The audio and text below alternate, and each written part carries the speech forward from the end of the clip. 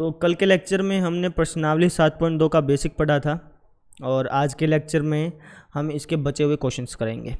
ठीक है, तो फर्स्ट क्वेश्चन तो हमने सोल्व कर ही लिया था। ठीक है, तो सेकंड क्वेश्चन से हम आपको करा रहा हूँ। तो आज हम कर लेंगे सेकंड, थर्ड, फोर्थ और फिफ्थ, 5 तक क्वेश्चन करेंगे। कॉपी पर निकाल लो, फिर स्टार्ट करते हैं। अच्छा, सेकंड क्वेश्चन देखो। इस सेकंड क्वेश्चन को ध्यान से समझना, क्योंकि इस क्वेश्चन से एक फॉर्मूला बनेगा। विभाजन सूत्र तो आपने पढ़ा ही हुआ है, विभाजन सूत्र के अलावा एक फॉर्मूला बनेगा मध्य बिंदु सूत्र का। ठीक है, तो ध्यान से समझना। पहले पढ़ लो क्या कह रहा है, पढ़ी, शाबाश,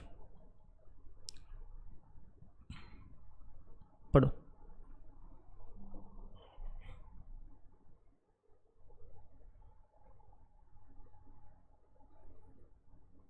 देखो, कह रहा है कि बिंदुओं 4,-1 और -2,-3 को जोड़ने वाले रेखाखंड को समत्रिभाजित करने वाले बिंदुओं के निर्देशांक ज्ञात करो। मतलब 2 पॉइंट हैं।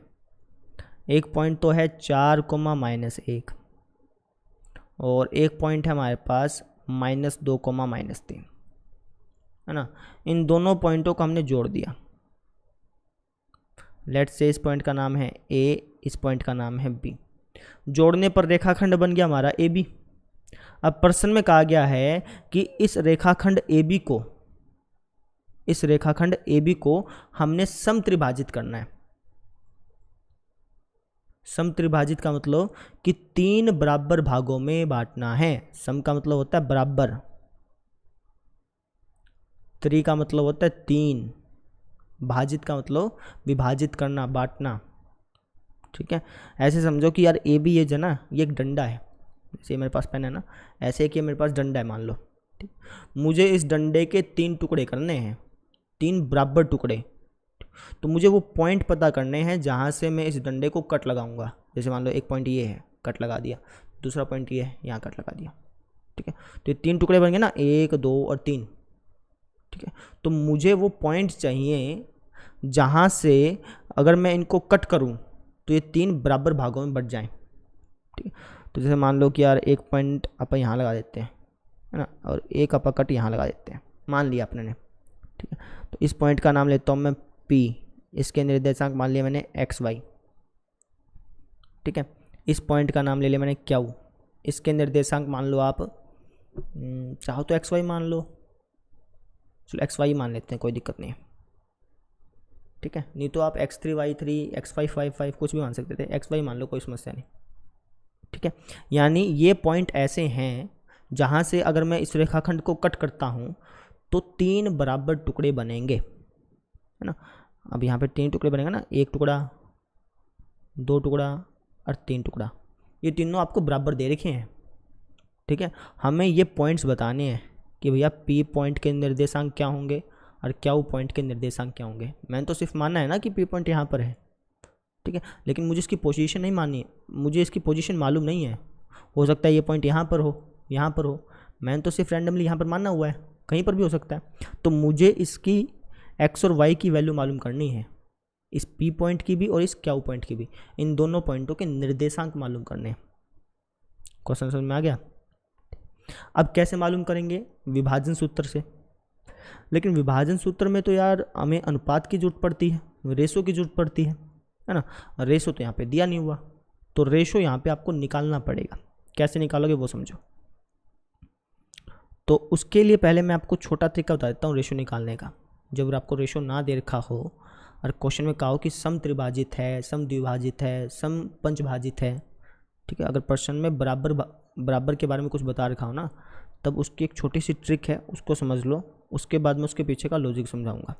ठीक, तो मुझे इस P पॉइंट का रेशो निकालना है ना। तो कैसे निकालूंगा भाई? इस P पॉइंट से पहले कितने डब्बे हैं, इस P पॉइंट से पहले कितने खाने हैं? एक ही खाना है, ये एक खाना, ये 2 खाना, ये 3 खाना, है ना। तो P पॉइंट से पहले कितने खाने हैं? एक खाना।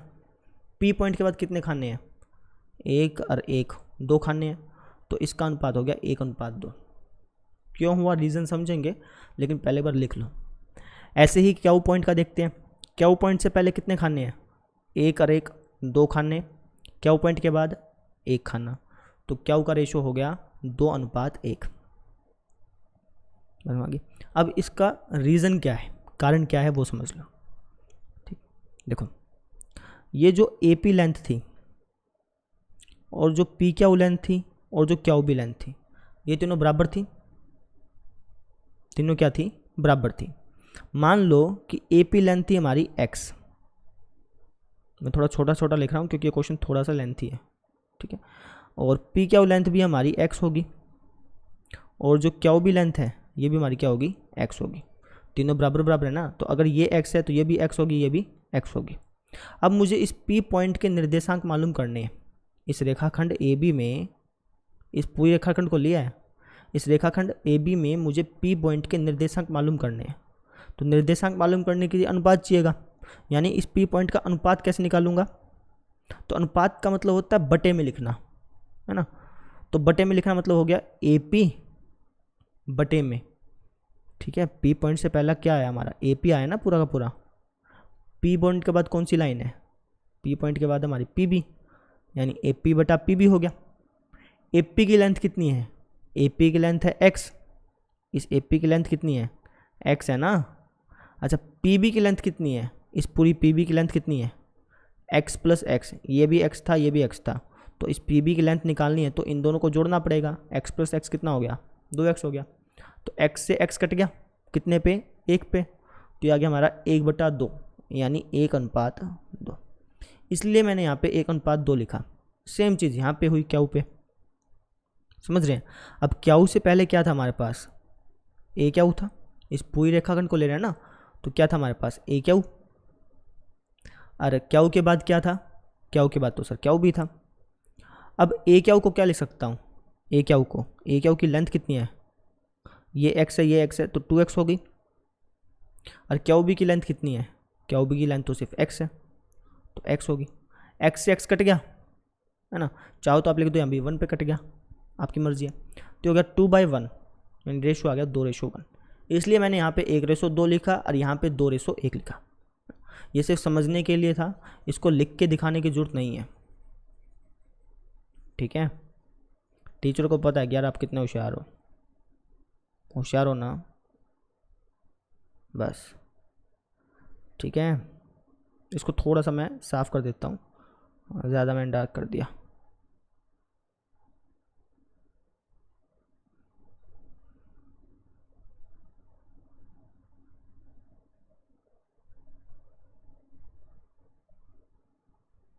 ठीक, ये चीज़ थी। रेशो कैसे पता करोगे भैया, इस पॉइंट से पहले कितने डब्बे हैं, 1, इस पॉइंट के बाद कितने डब्बे हैं, 2।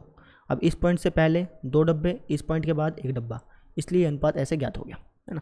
अब बस विभाजन सूत्र का यूज़ करके इस P पॉइंट के निर्देशांक पता कर लो, ऐसे ही क्या पॉइंट के कर लेना। सबसे पहले मैं P पॉइंट के करूँगा, तो मैं लिखूँगा यहाँ पे विभाजन सूत्र से,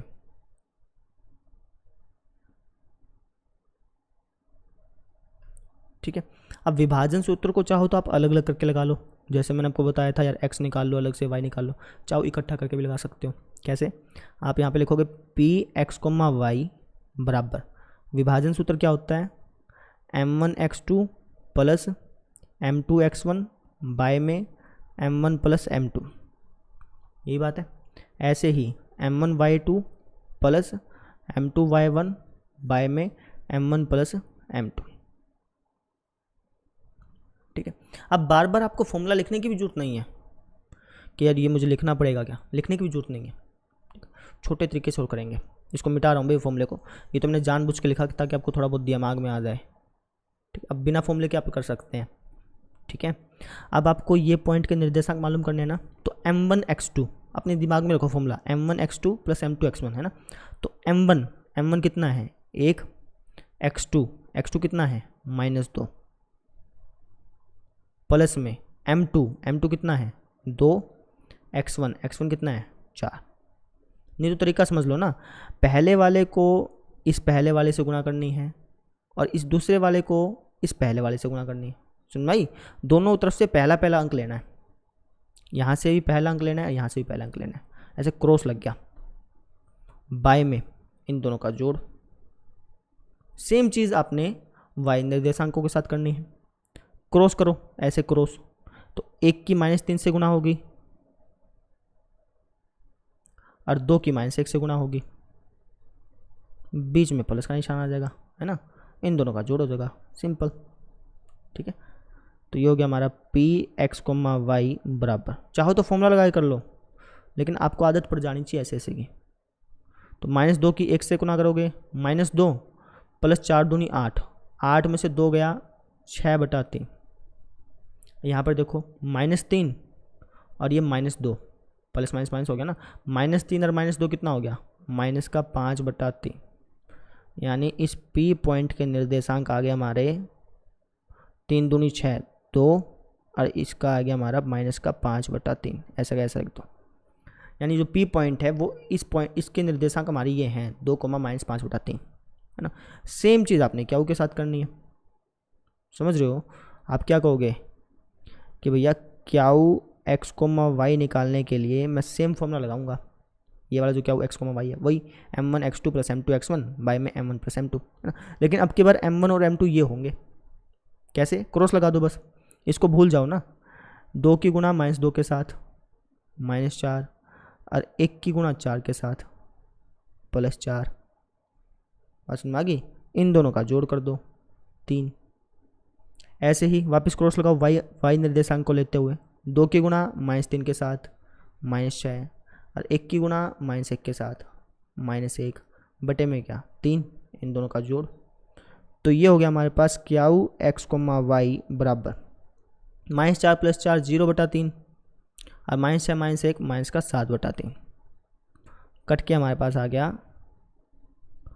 0/3 हो गया 0 और ये आ गया हमारा -7/3, है ना। अब आप कहोगे सिर्फ बिना फॉर्मूले करेंगे तो नंबर कट जाएंगे क्या, नहीं कटेंगे, ये कराया ही बिना फॉर्मूले के जाता है, सीधा डायरेक्टली करवाया जाता है कि ऐसे कह देते हैं कि भैया तुम क्रॉस करना, तुम्हें इसके इससे फिर ऐसे दूसरे को साथ में लेके चलना है। ठीक है, तो ऐसे ही आपने ये पी वाला करना था, बिना फॉर्मूला लगाए डायरेक्टली कर सकते थे। बस में आ गई। तो हमने क्या देखा कि भैया पी पॉइंट के निर्देशांक ये हैं 2, -5/3 और क्याऊ पॉइंट के निर्देशांक है हमारे पास 0, -7/3। अब आपको मैं ये सॉफ्टवेयर में करा देता हूँ, सॉफ्टवेयर में आपको अंदाज़ा लग जाएगा, करना बस इतना ही है। ठीक है, जो अपने एग्ज़ाम में लिखना है वो सिर्फ इतना लिखना है, नोट कर लो एक बार, तो इसको समझ में आ गया। रिकैप कराऊँ फिर भी करा देता, चलो। एक रेखाखंड है, इस रेखाखंड के हमने 3 टुकड़े करने हैं, हमने वो पॉइंट निकालने हैं जहाँ से इसके मैंने तोड़ना है, मतलब इसके टुकड़े करने हैं। तो मैंने कहा कि भैया एक पॉइंट ये है, एक पॉइंट ये है, 3 टुकड़े तभी होंगे ना, 1 2 और 3, इसका अनुपात निकाल लिया, इसका अनुपात निकाल लिया, विभाजन सूत्र लगा दिया दोनों में, हमारा आंसर आ गया, बस सिंपल। ठीक है, नोट कर लो इसको।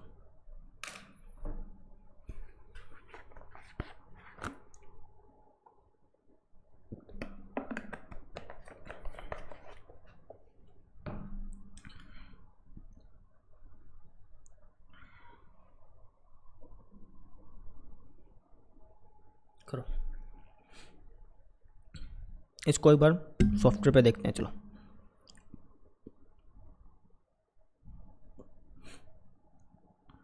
दो पॉइंट कौन से हैं, एक तो 4, -1, एक है -2, -3, है ना। 2 पॉइंट लगा देता हूँ एक बार, 4, -1, यानी एक तो पॉइंट हो गया ये, एक था -2, -3, ये था ना, -2, -3, x की वैल्यू -2, y की वैल्यू -3, ये 2 पॉइंट है ना। इन दोनों को जोड़ के एक रेखाखंड बना देते हैं, बना दिया। अब प्रश्न में कहा गया था कि इस पर ऐसे पॉइंट्स पता करो जहाँ से ये रेखाखंड 3 बराबर भागों में टूट जाए, ये बात थी।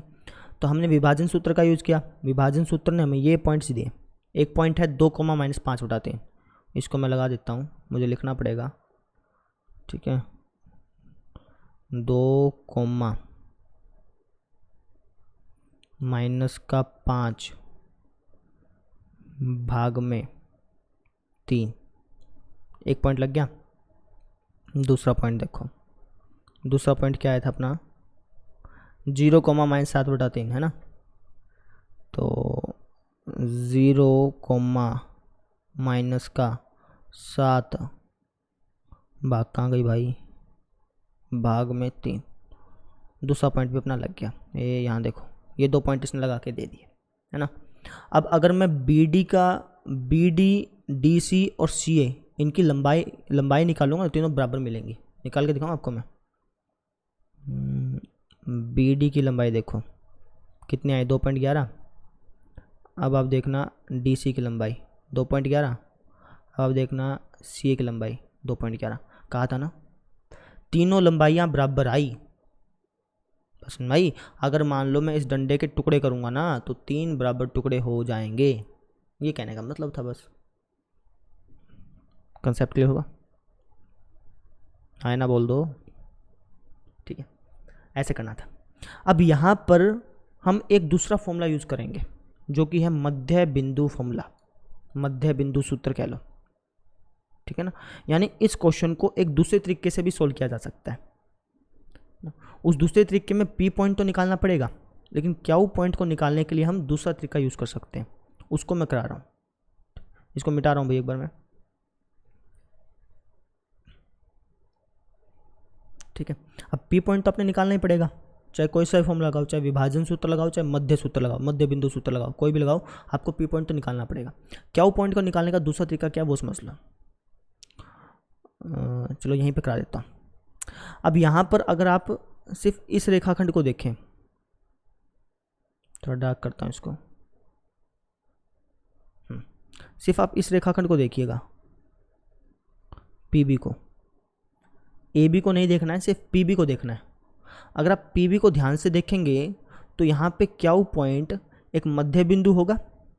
क्यों? क्योंकि भैया पी क्यू और क्यू बी इनकी लेंथ बराबर है, बराबर है तो क्यू क्या होगा, मध्य बिंदु होगा, बीच में आने वाला पॉइंट होगा। तो आप क्या लिखोगे कि भैया पीबी रेखाखंड में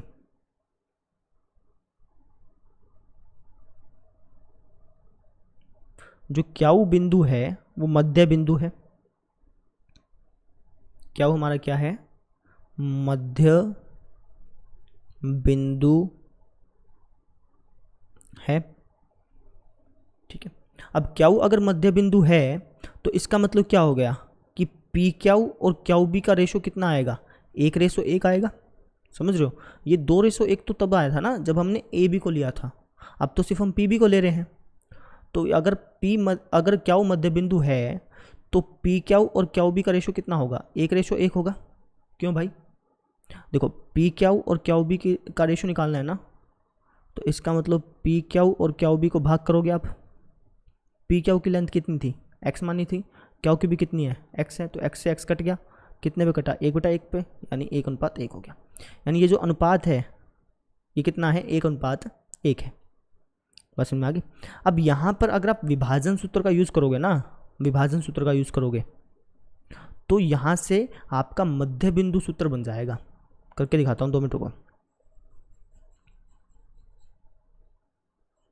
ठीक है। विभाजन सूत्र से ही मध्य बिंदु सूत्र बना। तो हमारे पास विभाजन सूत्र क्या है, विभाजन सूत्र है हमारे पास क्यू एक्स कोमा वाई बराबर m1x2 प्लस m2x1 बाय में m1 प्लस m2, ये बात है। ऐसे ही m1y2 प्लस m2y1 बाय में m1 प्लस m2, ठीक है। अब यहाँ पर मैं m1 और m2 की वैल्यू रख देता हूँ। m1 m2 कितना है, 1:1 है, क्योंकि मैं सिर्फ पीबी को देख रहा हूँ। तो अगर यहाँ पर 1 और 1 लिखूँगा तो 1 की x2 से गुणा करेंगे तो x2 ही आना है, 1 की x1 से गुणा करूँगा तो x1 ही आना है, और 1 और 1 कितना हो गया, 2 हो गया। सेम चीज़ यहाँ पर y2 प्लस y1 बाय में 1 और 1 2 हो गया। समझ रहे हो, इसको मैं थोड़ा सा प्रोफेशनल तरीके से लिख देता हूँ, अब बेचारा आम आदमी लग रहा है। तो अगर मैं इसको थोड़ा ठीक करके लिखूँ तो ये हो गया x1 प्लस x2 बाय में 2, इसको थोड़ा सा ठीक करके लिखूँ तो ये हो गया y1 प्लस y2 बाय में 2, है ना, ताकि याद रह सके आसानी से। तो ये हमारा है मध्य बिंदु सूत्र, ठीक है। जब भी आपको कोई मध्य बिंदु दिया हो, अब यहाँ पर अगर हम बी बी रेखाखंड में देखें तो क्या मुझे मध्य बिंदु दिया था, जब मध्य बिंदु दिया हो तो मैं मध्य बिंदु सूत्र का यूज़ करके भी उस पॉइंट के निर्देशांक निकाल सकता हूँ। विभाजन सूत्र से भी निकल जाएंगे, निकले तो थे अपने, लेकिन अगर आप मध्य बिंदु सूत्र का यूज़ करोगे तो और आसानी रहेगी। ठीक है, मध्य बिंदु सूत्र क्या है, x1 plus X two by two, Y one plus Y two by two. अब यहाँ पे x1 और x2 क्या है इसको समझ लेना, क्योंकि देखो हमने रेखाखंड लिया सिर्फ ये है ना, इसको आप भूल जाओ पिछले वाले को, सिर्फ ये लिया तो x1 ये हो गया, x2 ये हो गया, सॉरी x1 ये, y1 ये हो गया, ये x2 हो गया, y2 हो गया, है ना। कभी आप इसको ही पकड़े बैठे हो कि ये x1 y1 है। ये तो तब होता ना जब मैं ए बी को रेखाखंड लेता, अभी तो मैंने पी बी को लिया है इसलिए। ठीक है, अभी मैं आपको क्यू के निर्देशांक निकाल के दिखाता हूँ, इसको मिटा दूँ।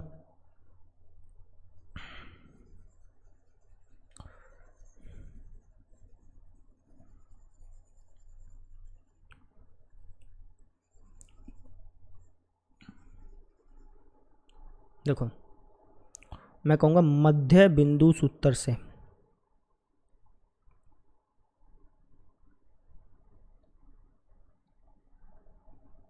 ठीक है, तो मुझे क्यू एक्स कोमा वाई जो कि मध्य बिंदु है इसके निर्देशांक मालूम करने हैं। तो मध्य बिंदु सूत्र क्या है, x1 plus X to bye में 2, है ना। तो x1 तो यार x है, डायरेक्टली लिखना है, इसमें भी ऐसा कोई दिक्कत नहीं है। ठीक है, जो इसका x निर्देशांक है और जो इस दूसरे बिंदु का x निर्देशांक है, इनको जोड़ के आधा कर दो, बटे में 2 लिख दो। समझ में आया, x जमा में माइनस का 2 यानी x माइनस 2 हो गया। समझ रहे हो, आप क्या लिखते हैं, x प्लस में माइनस का 2 लिखते हैं ना, बाय में 2 लिखते हैं, प्लस माइनस तो डायरेक्टली माइनस 2 हो गया ना, बाय में 2। ठीक है, इसको मिटा देता हूँ एक बार। ठीक है, नहीं तो आप एक काम करो ना, इसको भी लिखने की जरूरत क्या है, लगाएंगे मध्य बिंदु सूत्र ही, लेकिन यहाँ पे जो एक्स वाई की वैल्यू आई थी इसको लिख देते हैं। ठीक, इसको मिटा देता हूँ एक बार मैं। एक्स वाई की वैल्यू कितनी आई थी, 2 कोमा माइनस 5/3 आई थी ना। तो x1 plus X two, 2 plus minus का 2 बटे में 2, y1 plus Y to minus का 5/3 प्लस में माइनस का 3 बाय में 2।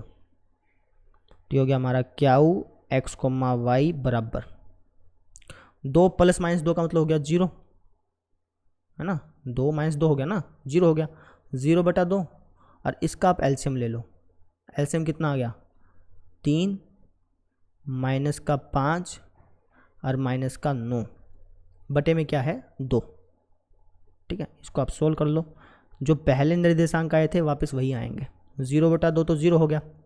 इसको सोल्व करो तो क्या हो जाएगा, माइनस का 14/3, ऊपर तो माइनस का 14/3 हो गया, नीचे बटे में 2 है ना, ऊपर चल जाएगा ये 2, नहीं नहीं 2 मिनट रुको, गलती तो नहीं, अच्छा ठीक है ठीक है ठीक है,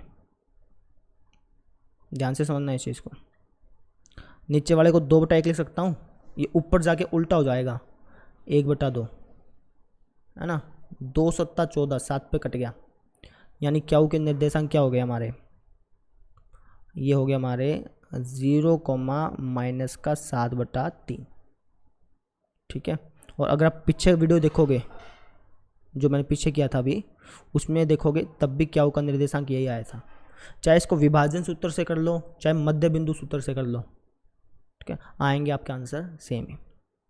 ठीक, आप कहोगे सर इतनी रामायण क्यों गा दी, पहले हो ही नहीं गया था, आंसर आ ही तो गया था, लेकिन ये करना ज़रूरी था भाई, क्योंकि इस टाइप का एक क्वेश्चन बाद में भी आएगा, है ना। तो उसमें अपन मध्य बिंदु सूत्र लगा के उस क्वेश्चन को चुटकियों में कर लेंगे, टाइम नहीं लगेगा बिल्कुल भी। तो इसको एक नोट कर लो, मध्य बिंदु सूत्र को करो, शाबाश।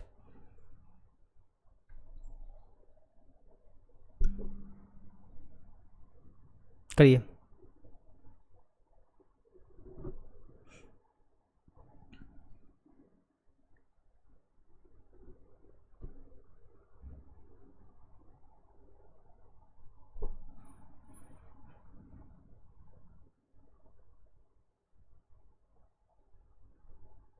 ठीक है, अगला क्वेश्चन देखो, मिटा दो।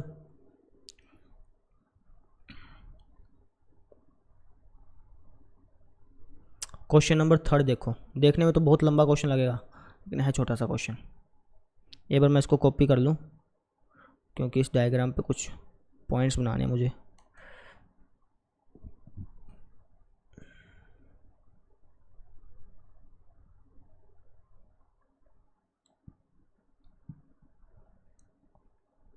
पहले अपने आप पढ़ो, पढ़ो भी और साथ साथ समझ भी लो डायग्राम में क्या कहना चाह रहा है। पढ़ो, शाबाश।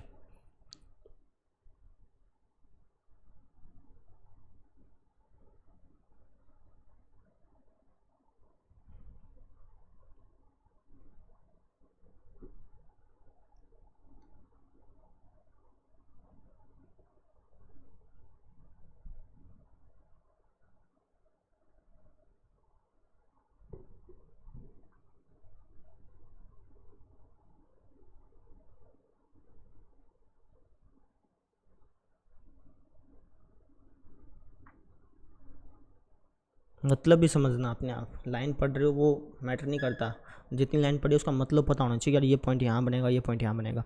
ये जो आपको डायग्राम दे रखा है ना, गमले हैं और ये दो लड़कियाँ हैं, क्या नाम है इनका, निहारिका और दूसरी कहाँ चली गई, प्रीत।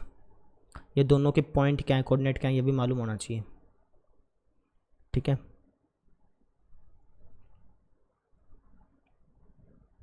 बताऊँ, देखो क्या क्या रखा है कि आपके स्कूल में खेल कूद क्रियाकलाप आयोजित करने के लिए एक आयताकार मैदान ABCD में चूने से परस्पर 1 मीटर की दूरी पर पंक्तियां बनाई गई हैं। मतलब ये जो लाइन बन रही है ना, 1 2 3 4 5, ये 1 1 मीटर के गैप में बन रही है। ठीक है, और AD के अनुदिश परस्पर 1 मीटर की दूरी पर 100 गमले रखे गए हैं। और यहाँ पर जो गमले रखे गए हैं ये भी 1 1 मीटर के गैप में बन रहे हैं। मतलब एक बार देखा जाए तो ये हमारा एक कार्तीय तल बन गया, निर्देशांक तल बन गया ना। यहाँ पर भी 1 1 का गैप है, यहाँ पर भी 1 1 का गैप है।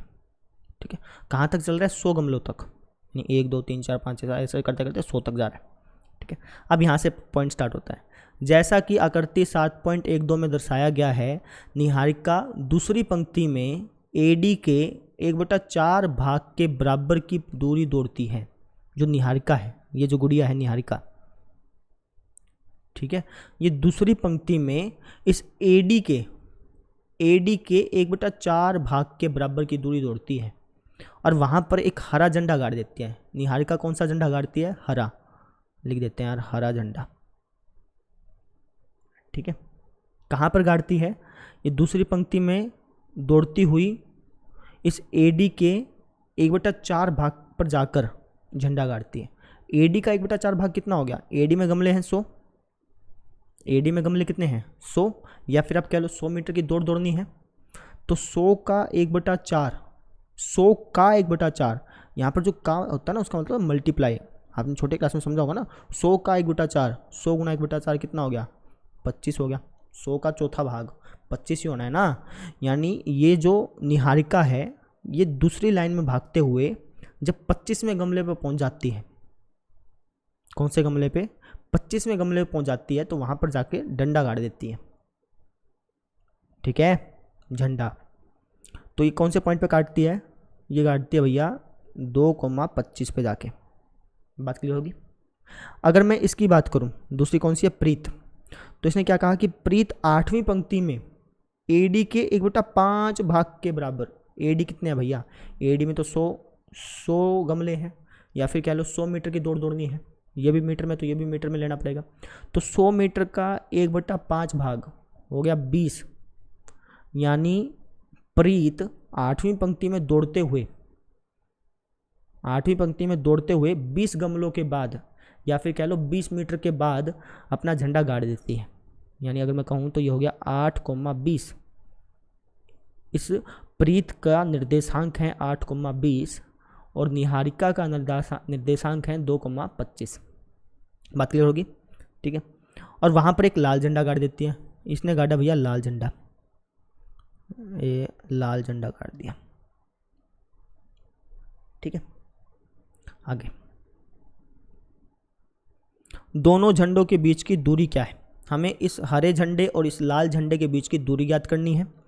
यदि रश्मि को, पहले तो अपन दूरी ज्ञात कर लेते हैं फिर बाद में पढ़ेंगे क्वेश्चन का। इतनी बात समझ में आ गई ना। एक लड़की है हमारी निहारिका, दूसरी लड़की है प्रीत, दोनों दौड़ रही हैं भैया। ये भी उससे फास्ट, ये उससे फास्ट, मतलब मैं तो ना रहूँगी, ये बोले मैं तो ना रहूँगी, देखा कौन किसने रहा होगा। दोनों दौड़ती जा रही हैं। तो निहारिका झंडा गाड़ती है 25 मीटर दूर जाने पर, है ना।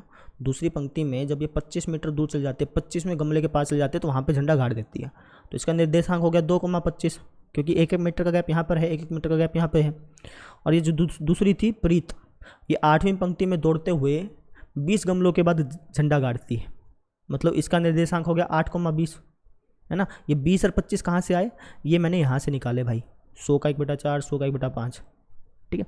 तो हमें इन दोनों के कोऑर्डिनेट्स मालूम चल गए, निहारिका के कोऑर्डिनेट्स और प्रीत के कोऑर्डिनेट्स, या फिर कह लो हरे झंडे के निर्देशांक और लाल झंडे के निर्देशांक मालूम चल गए। अब हमें इनकी दूरी निकालनी, दूरी सूत्र का यूज़ कर लेना, x2 - x1 का स्क्वायर प्लस y2 - y1 का स्क्वायर, पहले एक्सरसाइज का, है ना। वहाँ से दूरी सूत्र का यूज़ करके इनके बीच की दूरी ज्ञात कर लेना, ठीक है। फर्स्ट स्टेप तो ये हो गया। इसके बाद देखो क्या करना है। यदि रश्मि को एक नीला झंडा इन दोनों झंडों को मिलाने वाले रेखाखंड पर ठीक आधी दूरी में गाड़ना हो, तो उसे अपना झंडा कहाँ गाड़ना चाहिए, मतलब समझो इसका। मैं एक बार डायग्राम से चलो यहीं बता देता हूँ। देखो, एक पॉइंट हमारे पास ये है, एक पॉइंट हमारे पास ये है, ठीक है। इन दोनों को मैंने मिला दिया। अब एक तीसरी लड़की आई, ठीक है। तीसरी लड़की ने इन दोनों झंडों के बीच में अपना झंडा गाड़ना है, ठीक है ना। तो हरे झंडे और लाल झंडे की ये दोनों पॉइंट थे ना, इनको हमने जोड़ दिया। अब इसका मिड पॉइंट, इसके मध्य बिंदु पर रश्मि ने झंडा गाड़ना है, इसके मध्य बिंदु पर। कौन से कलर का, नीले कलर का, तो नीला कलर सेलेक्ट कर लो एक बार। इसके मध्य बिंदु पर नीले रंग का झंडा गड़ेगा भैया। कौन से रंग का झंडा गड़ेगा, ये नीले रंग का झंडा गड़ेगा। बस समझ आ गई। तो मुझे इस नीले रंग की पोजीशन भी पता करनी है, तो आप मध्य बिंदु सूत्र लगा देना जो अभी हमने पढ़ा, वहाँ से आपको इस नीले रंग के निर्देशांक मालूम चल जाएंगे। मालूम चला, ठीक है। तो मैं यहाँ से स्टार्ट कर देता हूँ, आप वहाँ से स्टार्ट कर लो, जहाँ पे अटको वहाँ से देख लेना, ठीक है। यहाँ पे आंसर लिख रहा हूँ मैं, कैसे लिखना है इसको। सबसे पहले आप कहोगे कि हरे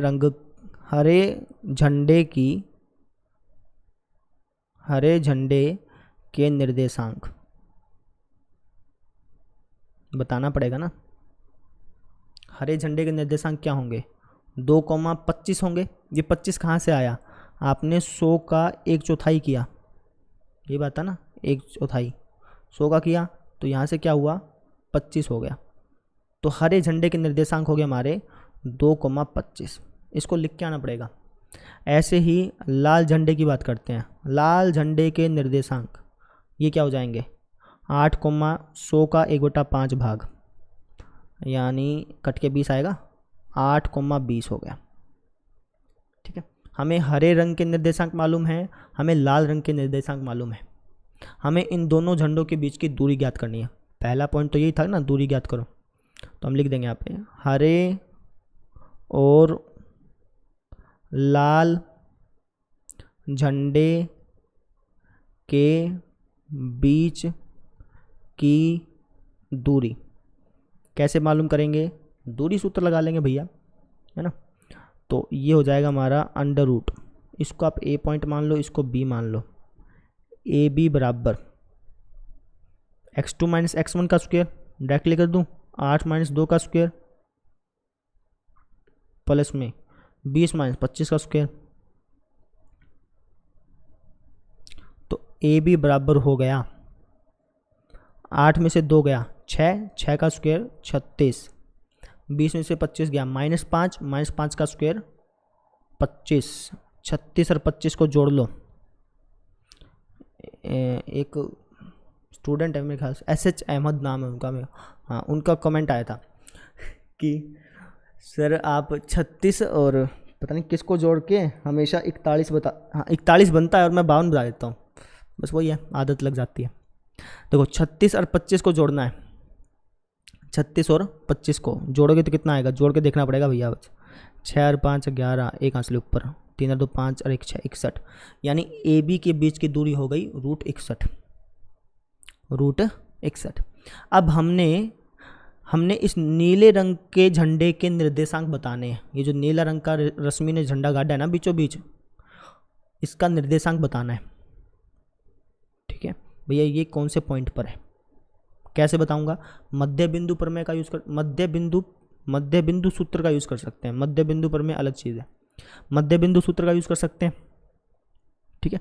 नहीं तो चाहो तो आप विभाजन सूत्र से भी कर सकते हो, क्योंकि रेशो 1:1 हो गया, वापस से करोगे तो वापस वही बनेगा ना, मध्य बिंदु सूत्र, ठीक। इतना नोट कर लो पहले आप, तो थोड़ा सा मैं नीचे लेके जा रहा हूँ। अब हम लिखेंगे मध्य बिंदु सूत्र से, थोड़ा छोटा छोटा लिख रहा हूँ क्योंकि ये फिर कंप्लीट नहीं आएगा, ठीक है। मध्य बिंदु सूत्र से मैं इस नीले रंग के झंडे के निर्देशांक बता सकता हूँ, यहाँ लिख देते हैं नीले झंडे के निर्देशांक,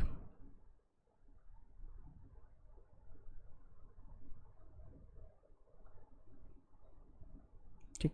इस पॉइंट को मान लेता हूँ मैं C, जिसके निर्देशांक हैं x, y। ये हो जाएगा C x, y बताना है ना, बराबर होगा इसका x कोऑर्डिनेट और इसका x कोऑर्डिनेट जोड़ के बटे में 2 लिख दो। x1 + x2 बटा 2 था ना, तो 2 + 8, 8 और 2 10 बटा 2। ऐसे ही इन दोनों के y कोऑर्डिनेट जोड़ के बटे में 2 लिख दो। 25 और 20 45 बटा 2, ठीक है। देखो फिर आगे, ये हो गया हमारा 10 बटा 2 तो हो गया 5।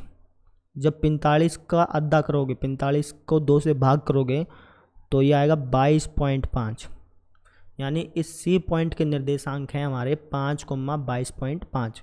यानी इस रश्मि दीदी को 5,22.5 पे जा करके झंडा गाड़ना पड़ेगा, है ना। तभी तो ये पॉइंट इन दोनों का बिल्कुल मध्य बिंदु होगा, क्योंकि इसको झंडा जो है इन दोनों के बिल्कुल बीचों बीच में गाड़ना है। तरीका समझ में आया? रिकैप करा देता हूँ। सबसे पहले हमने पॉइंट पता कर लिए, फिर AB की दूरी ज्ञात कर ली, फिर हमने इस C पॉइंट के निर्देशांक मालूम कर लिए। कैसे किए? मध्य बिंदु सूत्र का यूज़ करके। अगला क्वेश्चन देखें, नोट कर लो, देखो फिर अगला। बहुत मतलब प्यारे प्यारे क्वेश्चन है ना।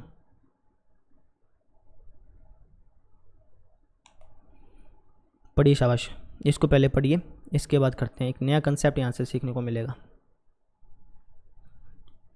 इस क्वेश्चन को 2 तरीके से कर सकते हैं, दोनों तरीके बताएंगे, लेकिन पहले पढ़ लो।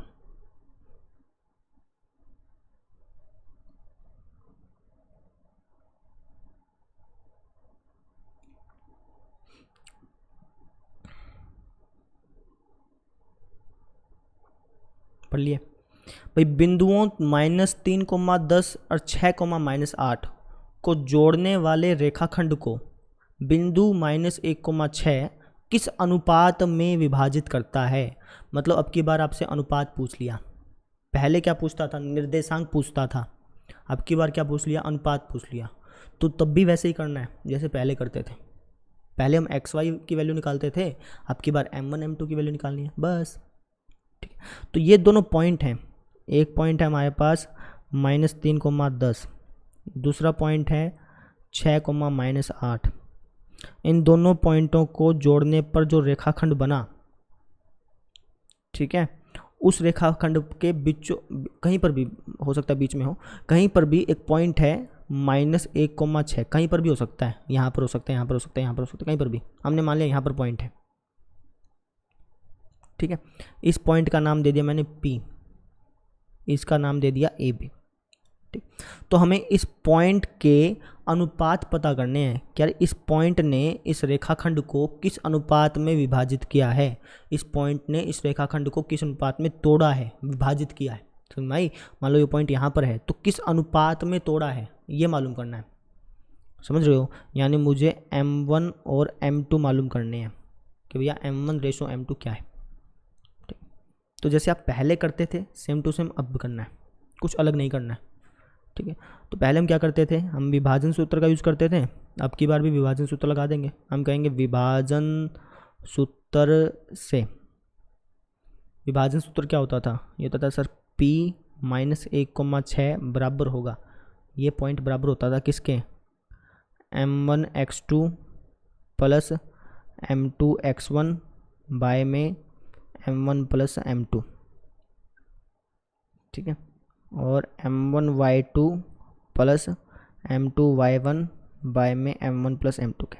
अच्छा, एक बात का ध्यान रखिए, विभाजन सूत्र और मध्य बिंदु सूत्र कब कब लगाना है। मध्य बिंदु सूत्र तो तब लगाना है जब आपको मिड पॉइंट दिया हो, स्पेशली कहा हो कि यार ये तो बिल्कुल बीचों बीच में है। अब इस पर्सन में ये पॉइंट कहाँ नहीं है कि बीच में है, ठीक है ना, तो इसलिए मैं विभाजन सूत्र लगा रहा हूँ। अगर ये कह देता कि बीचों बीच है तो फिर तो पहले ही रेशो पता चल जाना था। अगर बीचों बीच होता तो 1:1 ही हो जाता है ना।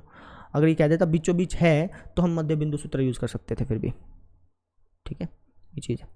तो हो गया हमारा p माइनस 1,6 बराबर होगा m1 का तो मालूम नहीं मान, तो कोई बात नहीं, m1 का m1 लिख दो।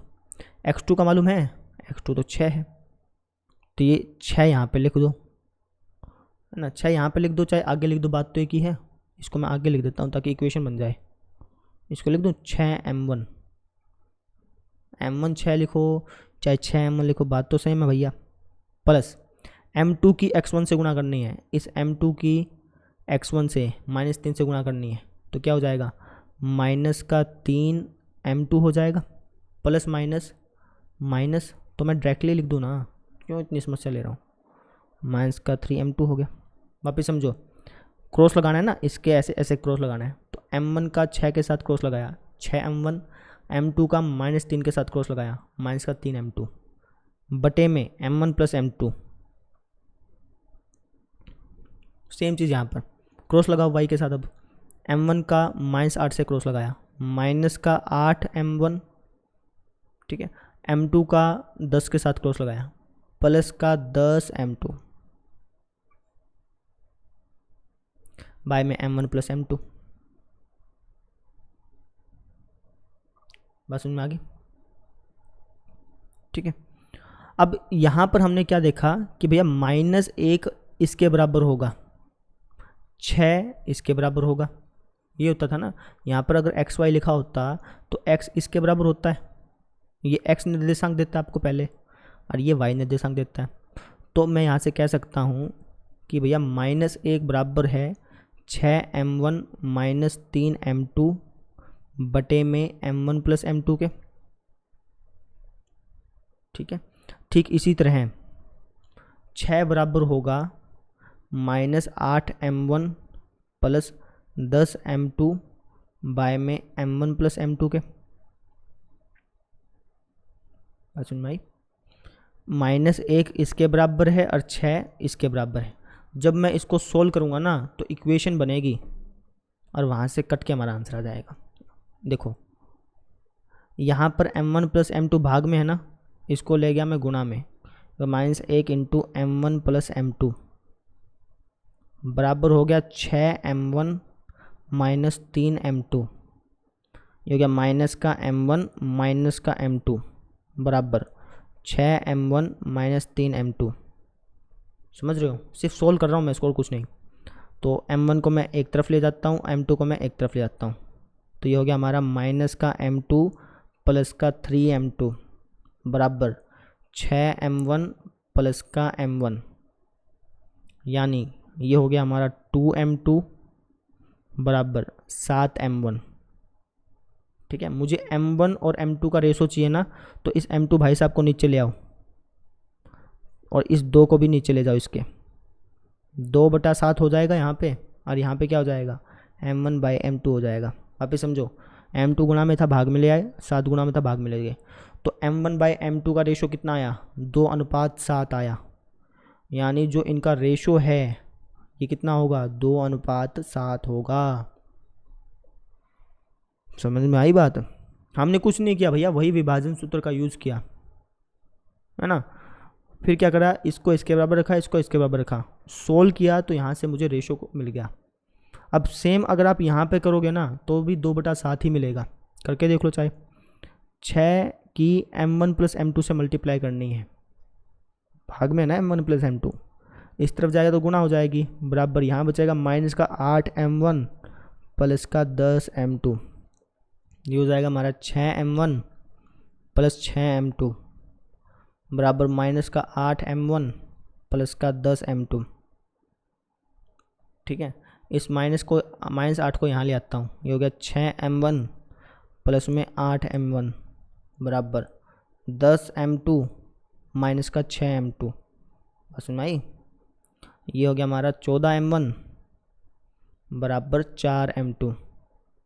ठीक है, तो एक काम करता हूँ, m1/m2 का रेशो निकालना है ना। अगर m2/m1 का कह देता ना तो इसको मैं नीचे लेके जाता, लेकिन अब की बार मैं इसको नीचे लेके आऊँगा। ये हो जाएगा m1/m2 बराबर 4/14, 2 × 4 2 7 14।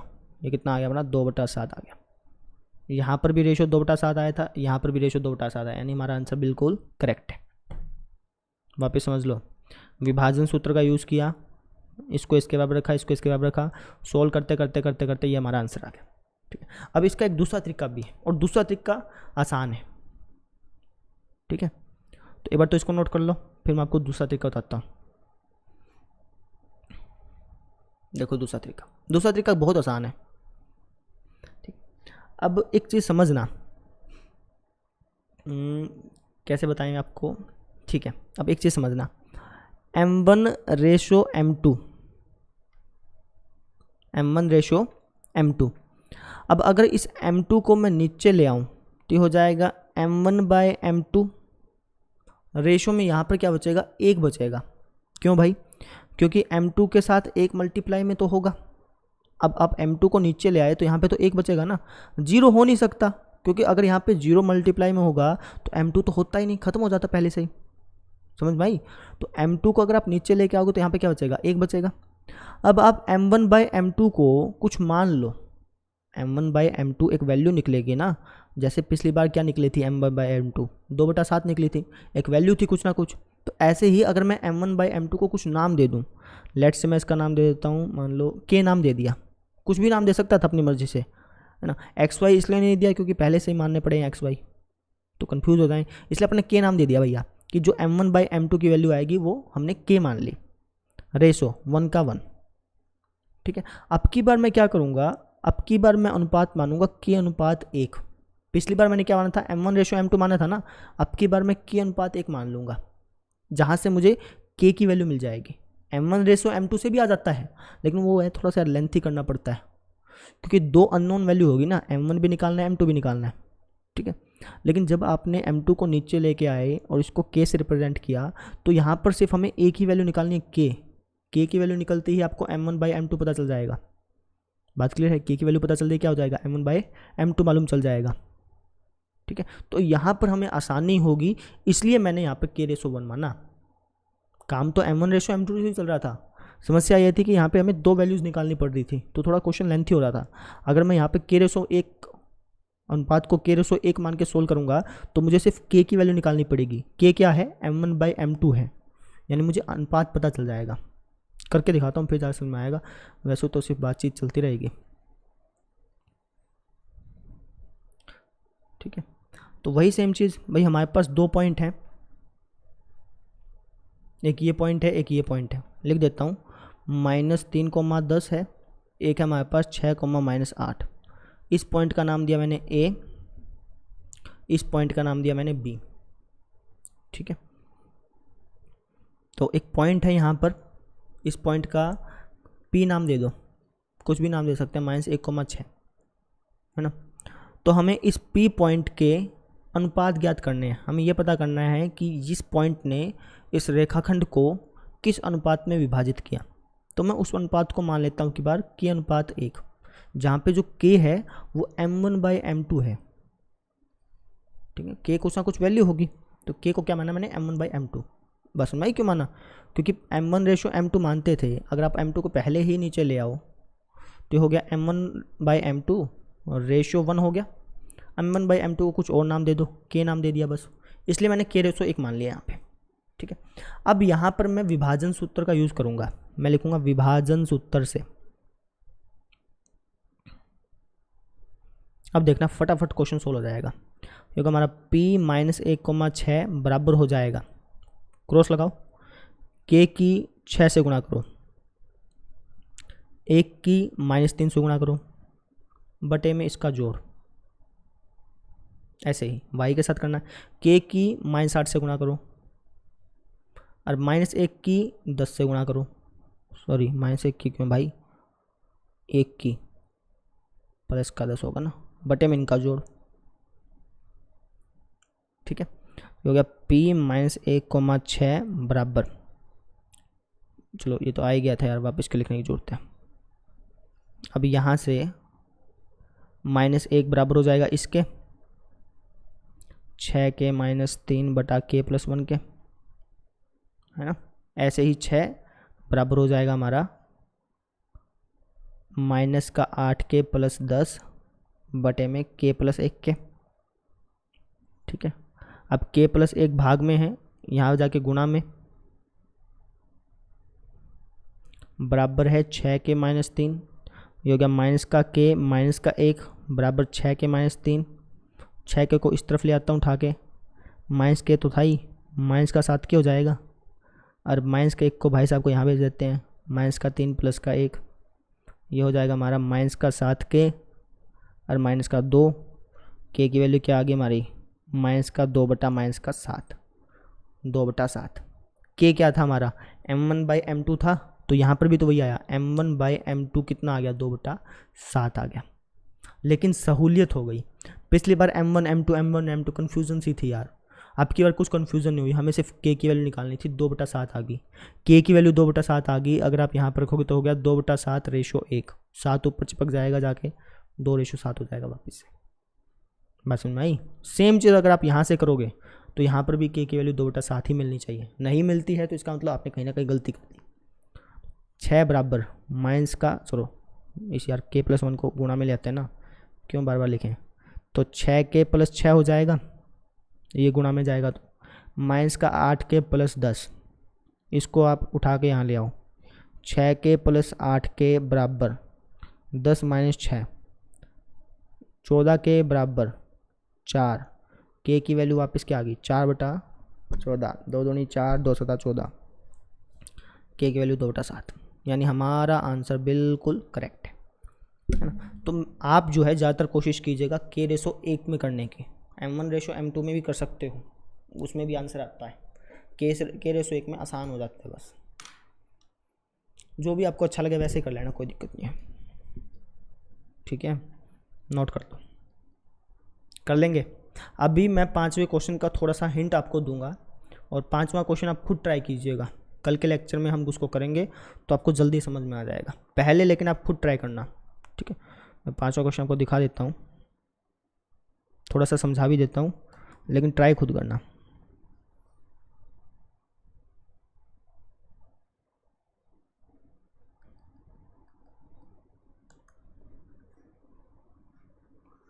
पहले पढ़ लो क्या कह रहा है, करेंगे कल इसको।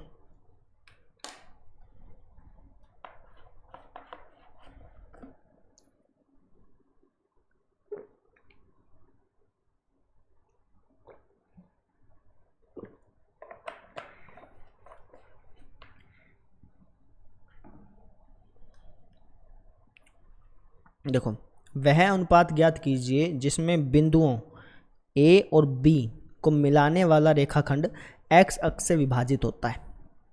x अक्ष से विभाजित होता है मतलब मैंने पहले आपको बताया था, x अक्ष से कोई भी रेखा अगर काटती हो तो जो x अक्ष पे पॉइंट बनता है ना, वो x, 0 के रूप का बनता है, समझ रहे हो। यानी 2 पॉइंट आपको दे रखे हैं, एक पॉइंट है 1, -5 और एक पॉइंट है -4,5, ठीक है। ये जो रेखाखंड है ये x अक्ष को काट के जाता है, समझ में आई। जब आप इसको ग्राफ पे बनाओगे तो जो रेखाखंड बनेगा वो x अक्ष को कहीं ना कहीं काटता होगा, ठीक। तो लेट्स से वो मान लो कि x, 0 पे काट रहा है, तो इस विभाजन बिंदु के निर्देशांक भी ज्ञात कीजिए। सबसे पहले तो हमें यहाँ पे x की वैल्यू पता करनी है ना, और साथ साथ हमें यहाँ के निर्देशांक मालूम करने हैं कि भैया ये इस पॉइंट ने इस रेखाखंड को किस रेशो में काटा है, समझ रहे हो भाई। 5:3 है, 2:3 है, 1:2 है, किस रेशो में इस पॉइंट ने इस रेखाखंड को विभाजित किया ये मालूम करना है। कैसे करोगे, वैसे ही है, यहाँ पे k/1 मानोगे, ठीक है, और सोल्व करते जाना, जैसे मैंने आपको बताया था वैसे ही आप इसको सोल्व करते जाना, ठीक है। सोल्व करते जाओगे तो एक जगह पे जाके अटक जाओगे, आपको लगेगा यार इसके बाद क्या करूं। ध्यान से सुनना मेरी बात को, एक जगह पे जाके अटकोगे जरूर, ठीक है। उसके बाद वहाँ पे रुकना मत, उस चीज़ को छोड़ करके आप y निर्देशांक पे फोकस करना, x निर्देशांक पे अटकोगे कहीं ना कहीं। x निर्देशांक को वहाँ तक जितना करा है वहाँ तक छोड़ करके y निर्देशांक पे फोकस कर लेना, ठीक है। और उसके बाद उसको सोल्व करना, आपका आंसर निकल जाएगा। पहले खुद ट्राई करना, ठीक है, खुद मातापिती करके बहुत सारी, नहीं निकलता है तो आप कल देख लेंगे इसको। तो आज हमने क्या किया, आज हमने क्वेश्चन किए हैं दूसरा, तीसरा और चौथा क्वेश्चन। सोचा तो था पांचवा ही कराएंगे लेकिन पांचवा नहीं हो पाया, कोई बात नहीं, दूसरा, तीसरा और चौथा करेंगे, ठीक है। तो दूसरा, तीसरा, चौथा हमने कर लिया।